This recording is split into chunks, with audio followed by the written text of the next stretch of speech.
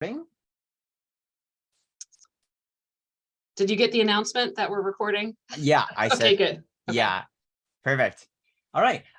So this session is now being recorded just to make sure everyone's in the right spot. This is session 23B, Crep 2.0. So I'm just the moderator. My name is Francis. I'm just going to very quickly go over some housekeeping things. I'm sure everyone has heard this a billion times by now. No one will be allowed to mute themselves until Jordan invites you to. And this is just to kind of prevent anyone accidentally unmuting themselves and accidentally disrupting the session.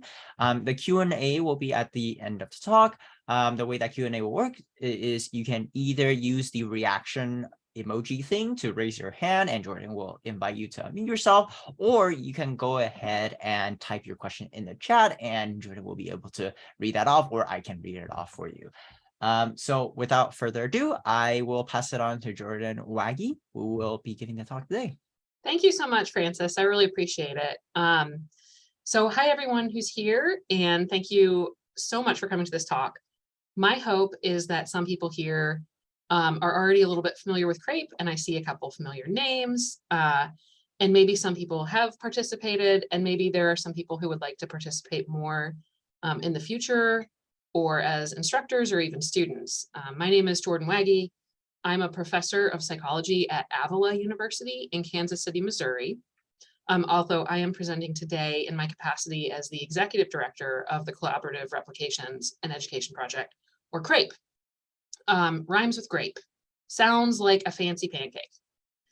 So in this talk today, I'm going to be making 3 main points. The first is I'm going to talk a little bit about CRAPE and just identify what it is, what we do.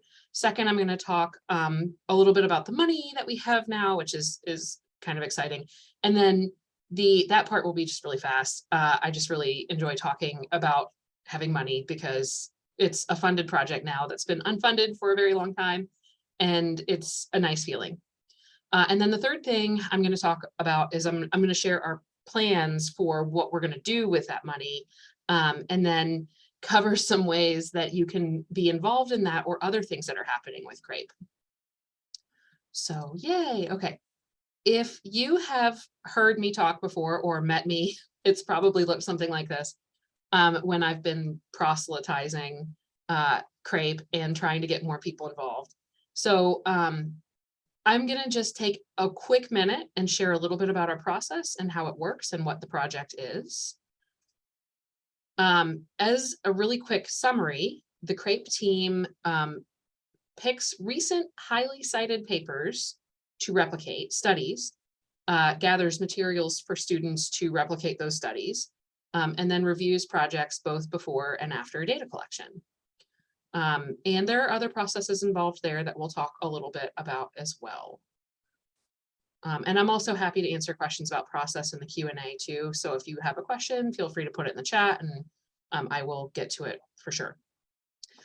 We also help coordinate the process of writing papers that present the results of multiple sites that have done replications. And that makes us, I guess, kind of a special kind of big team science. So big team student science, if you will. Lots of student researchers have been co-authors on our papers, and they've also presented at regional or national or international conferences. And you can see some pictures of these folks here. This is Heather Uri. This is my student Braden, who's first author on this paper right here. Some other students I've had. We tried the better poster format. If you're at a conference, do a quick search in the conference program for CRAPE. And look to see if anybody's presenting any of the work they did. Our students really love talking about replications and the work they've done. And yeah. Okay, so clearly I love CRAPE. I wasn't involved in it from day one, and I'll talk a little bit about that later. And I think the reason I love it so much is because it accomplishes so many things at the same time. It capitalizes on work that students are doing already, because students are already in classrooms doing their own projects at universities in research methods courses and other courses around the world. And so they're already doing projects. And if that's built into your curriculum, they can be doing projects that are replication projects. When they pool these resources together, it also eventually contributes to the field by giving us a better understanding of different effects and their boundary conditions. Most of our publications incorporate work that CREP students have done. We've also had unpublished, like we've had single site data included in meta-analyses of effects as well that other researchers have done. So the students can keep contributing to the science through this data that they've collected through doing these direct replications. I also argue that these types of projects are easy to supervise, not only because we specifically pick studies that are feasible for students to replicate, but also because now instructors only need to be familiar with a handful of studies or maybe even one study, and can focus on the methodology and the fidelity that the students that have to that methodology. So, and then it's also a great venue to talk about replication and open science in the classroom. So before CREP, in my classes, students sometimes felt like I'd read on their end of semester reflections and evaluations that they would feel dejected or cynical about the state of psychological research because of all the issues that I'd present, like p-hacking and incentive structures. But then when we get them involved in being a part of the solution, they leave a little bit more optimistic and they have a more nuanced view of this field that they're entering or hope to understand. They can sort of move forward a little bit more optimistically and also see, okay, there are some problems, but also there are, solutions to those problems as well, potentially. I did this already, sorry. Ooh. Okay, let's move forward. Okay, so here we go. So CREP really started in 2013 with the work of these three fine folks down here, John Gray, Hans Eiserman, and Mark Brandt. They set up the infrastructure and the processes that we still use today. And as I mentioned, we pick studies, prepare the studies, then students collect the data, and while they're mentored by a local supervisor, a local instructor, and then the paper at some point will be written up with the data that we've collected. And then these processes have really increased in scope since CREP's inception. So now we have a whole team of folks who help with CREP administration. CREP administration with our research, with project administration and writing. It's really an exciting time to be part of it. These are some of our folks who are involved. You can see most of the executive team here, although we're missing a few photographs of people who haven't emailed me yet, and I could not locate a good picture of them on Google image search. And also, all of the people who have helped review and supervise projects over the years, and of course, the students who collect the data. So it's a big team, and we do what I hope is a lot of good work. I just want to take a minute and highlight one person in particular, and it's Holly. Holly was supposed to be giving the talk with me today, but she was not able to because she had a family emergency. Holly is special because she is the first CREP employee. She works 20 hours a week on CREP, which makes her a person who works, who spends more time on CREP than anyone else in the world, even me, which is hard to swallow sometimes. So I'm sure if you communicate with us anytime in the next, few years, you may communicate with Holly, and she's brought a lot of wonderful organization and ideas to our team, and it's just really great to work with. And she's also my graduate student, so we get to work together a lot. For some reason, this wants me to go backward. Okay, so let me shift gears really quick and talk about how folks can do CREP projects. So the way students and instructors get involved is by picking a study and then following our step-by-step guide. I have a QR code set aside for this, but you can also find it on our website, which is crep-psych.org. It has links to our OSF home as well. So contributors will go pick a study, follow our instructions to complete that study. They get review by us before and after data collection, including we ask them to post a video of their methods. They can add extension hypotheses. Many of teams do choose to add extension hypotheses, either because they're genuinely interested in another variable, or also, you know, sometimes departments require students to do a piece of original, like that develop some sort of original hypothesis. So extension variables are a nice way for them to do that, if that is a requirement. So once students are done, they can present their site level data at a conference, or contribute to the big paper when we're ready to write it up.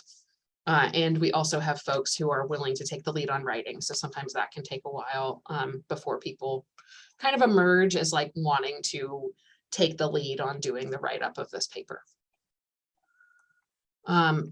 Okay, so now that you know how Crep works, or you have the broad overview, let me get into the money, which we have, yay, yay money. We have money from a couple of different places. So we won a SIPS award in 2021 for $1,300, and just received a National Science Foundation award for $267,741 for 3 years. It's kind of weird how we got to just that $1. So we also had some money at the beginning from the Center for Open Science to award students who completed replications, which we sent to student teams once they completed their projects. So wanting to acknowledge that. The NSF grant specifically is going to fund some activities that we are sort of looking to prioritize in the future. So that's going to be the focus of what I talk about for the next few minutes. And then I have some time for question and answer as well. So there are three main things that the NSF grant is going to fund. The first main thing is a submission system. So right now, students get involved in Crep, they get signed on and submit their things for review over email. It's decentralized. It's difficult to track project progress. Some teams start projects, but then never finish. It's really difficult to like track things and keep tabs on who's doing reviews and things like that. And things are a little bit more spread out for students. So we're going to move to a new submission and review process. And the consultant I have for this project is the wonderful Erin Buchanan, who is the queen of all things big team science logistics. And she is helping us set up an open access learning management system. So I think we're using Forma to store everything. She's helping us write guides so that it's sustainable even after the grant is over. And so everything will be centralized, including training materials, instruction materials, discussion boards. It's really going to be, I think, cool for us to have that. And then we also are planning on adding value for our students who are doing Crep projects. And this is something that could potentially benefit students who are not in the United States as well. So we're going to work on having a new cohort model for students who are all working on the same project. So everyone who's replicating, for example, the Pennycook et al. Paper we're doing would have regular meetings they could attend on Zoom, have discussion boards set up on this Forma, on this LMS, and then they would be eligible to participate in a free conference on Zoom over the summer where they present their work. And we will also have a career panel and then some student-focused workshops on things like how to publish, preparing for grad school, on CVs and resumes, and writing those things. And then workshops in the fall with the goal of publication. So, and that could be, we haven't quite figured out how we're going to do that yet, but it could be publication of their single site work or publication of sort of other, related things that we've been thinking about. So we're not entirely settled on that yet. And then students from the US, because this is an NSF grant, students from the US who participate in those cohorts can then apply to be peer mentors for the next year's cohort. and they will earn stipends, and we will take them to the National Conference on Undergraduate Research to present their research, but also spend some time talking about, professional conferences and what they're like and how to get the most out of them. So we're really excited about that. The third thing, our third goal, is we're looking to evaluate CRAPE as a pedagogical tool. So because we have been unfunded for so long, it's been really difficult to set a lot of time aside to do evaluation research. And so we are going to spend some time doing that now. In addition to having an external evaluator who's going to track things like impact and number of students we reach, we're also going to have scholarship of teaching and learning type research on this in 2 phases. So the first phase is we will have volunteer instructors, people who volunteer to be randomly assigned starting in January to either a CRAPE or non-CRAPE project group. So somebody who knows they're going to be doing a research project in their class in the US, lower level undergrad research course in spring 2023 would volunteer to be on this list and then be randomly assigned to either the CRAPE group or the waitlist group. If they're in the CRAPE group, they'll do CRAPE projects. If they're on the waitlist, they'll do other research projects. So sort of the more standard research projects. And then we'll do pre-post testing of the students related to different pedagogical outcomes. So things like psychology, critical thinking, trust in psych science, their understanding of open science concepts. And then phase 2, the people who were on the wait list before will be our group that participates in research starting in January 2024. And then whatever semester instructors do participate, they'll receive $500 for incorporating CRAPE in their curriculum. And then the students will receive, in both groups, will receive $25 for the pre and post testing. So if you're interested in participating, you're an instructor in the United States teaching at least one lower level undergrad research course in each of the spring 2023 and 2024. Really, the most important one is 2023. You don't have to know that you're going to be able to do this in 2024. And I say have at least 20 anticipated students completing research projects. If it's less than that, that's also okay. So if you're interested in doing it, but you're not sure if you're going to have 20 students, please talk to me. And so you can learn more and you can sign up using the QR code that I have here. And we'd be really excited to have you. But even if you aren't eligible to participate in this, there are lots of ways you can get involved in CRAPE too. One of those ways is by reviewing. So I have another QR code for a sign up for reviewers. We do have volunteers review both before and after data collection. This is open to anybody. We are now paying reviewers $10 per review, and reviewers can choose to donate that to the Center for Open Science. So that's one way that we've tried to support the Center for Open Science with this grant, because we use a lot of their resources when we use the Open Science Framework for all of these projects. And so this is actually how I got involved in CRAPE to begin with, was as a reviewer, and then I became an executive reviewer, and then I've been an instructor who incorporates these things into my classes. And so it's a nice way to get started, and the reviews are not bad. And we also have grad students do reviews for us too. So I would love to have you along as a reviewer if you can. Okay, I keep going backward on this slideshow, I'm sorry. Okay, so now we are at the Q&A. So I would love to your Qs. Let me figure out where my stuff is. Ask all to unmute. There we go. I'm here to answer your questions. So Francis, you had your, oh no, I was just asking you to unmute me so I can okay. I can help out. Yeah, so Sure. just a reminder, you can either raise your hand and we will call you in the order in which you're raised, and type in the chat. Yeah. I think Inmar has a question. Yes. Hi. Hi, Inmar. Yeah. Hi. This was very interesting and exactly what I was looking for, actually, to get undergraduates involved in this type of team research or collaborative efforts, and this seems like a very neat way of doing that. So Yeah, I'm looking forward to applying it. So you were talking a lot about the US. I'm not there. Right, correct. Yeah. Is it what are my options? So anything that the NSF grant supports has to be in the US, although, so we have a lot of international teams that participate. We do have English as kind of the default language just because we have been under-resourced for so long.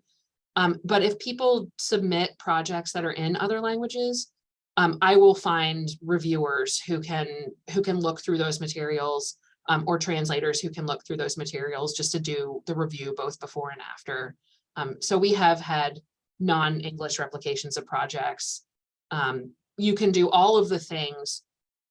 You couldn't be in the study, the evaluation study, and the students couldn't be the peer mentors, because that money has to go to students in the US.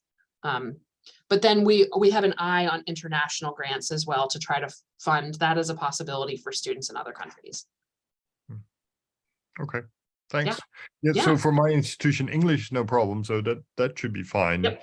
But so if we do have English speaking students, we can just participate in one of these projects and look it Yes. up. Okay. Yes. Yeah, absolutely. So read through the projects. We have a couple new ones coming on board soon. We try to have a cross section of different types of, studies. And if you have any questions at any time, just email me. We can set up a time to chat. We're really going to be working on beefing up our instructor resources. So these can my hope is to make them more plug and play so that instructors can just adopt it and be ready to go. They're not quite there yet. Lovely.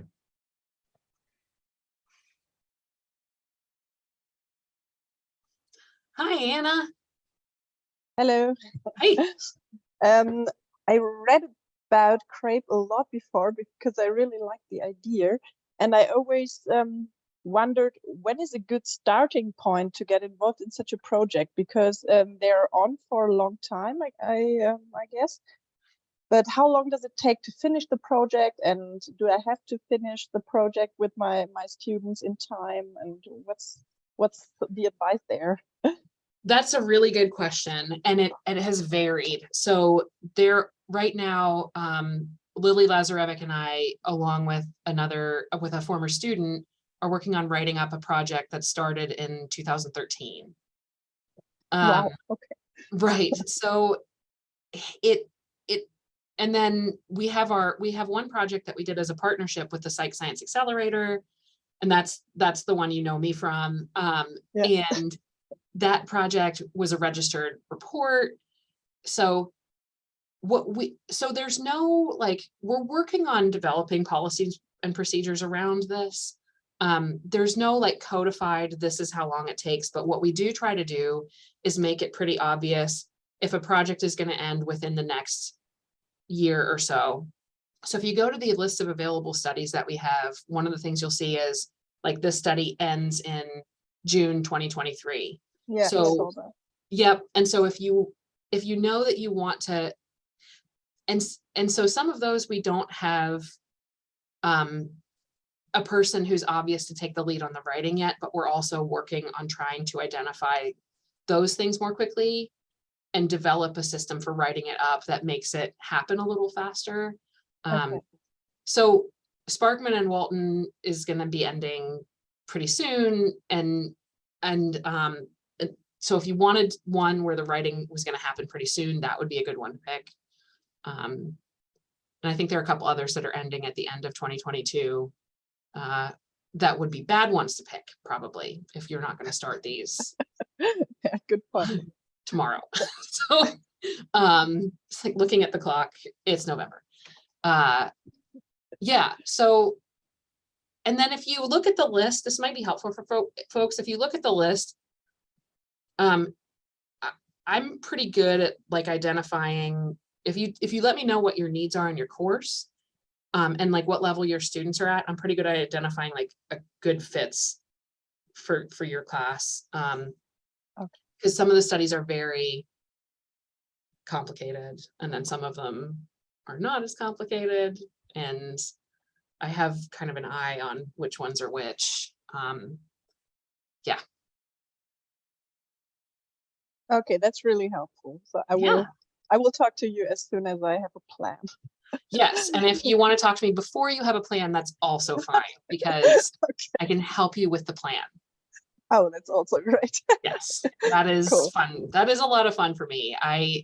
That picture of me jumping through the computer screen that I would wake up in the middle of the night to talk to somebody about Crep. I love it. Okay, Great. cool. Thank you. I think I probably have time for another question if somebody has something they're, kind of. Hey, Tim. Great talk, Jordan. How are Yeah, you? Thank you. I'm doing well. I mean, to let other people know, I mean, I've thought about doing something like this in ecology for a long time and have had trouble finding studies that I think were suitable. And I've kind of put it on the back burner for a while, but seeing this talk definitely gets me re-energized. You got good energy, Jordan. Thank you. I appreciate it. I really love it. And one thing that I think I've mentioned to you before, and I would love to mention to everybody else, these materials are open. So if I have other colleagues who are in Tim's situation that like they're in a field where replications might not be appropriate, but they want to use sort of the system or they want to adopt our step-by-step guide or something like, if you find a piece of this that will work for you, that will involve students in doing authentic research as part of their curriculum, please take it, adapt it any way you need. If you have questions, send them to me because I'm happy to help with those. So I see that it's 4. Put my thank you Alright. slide.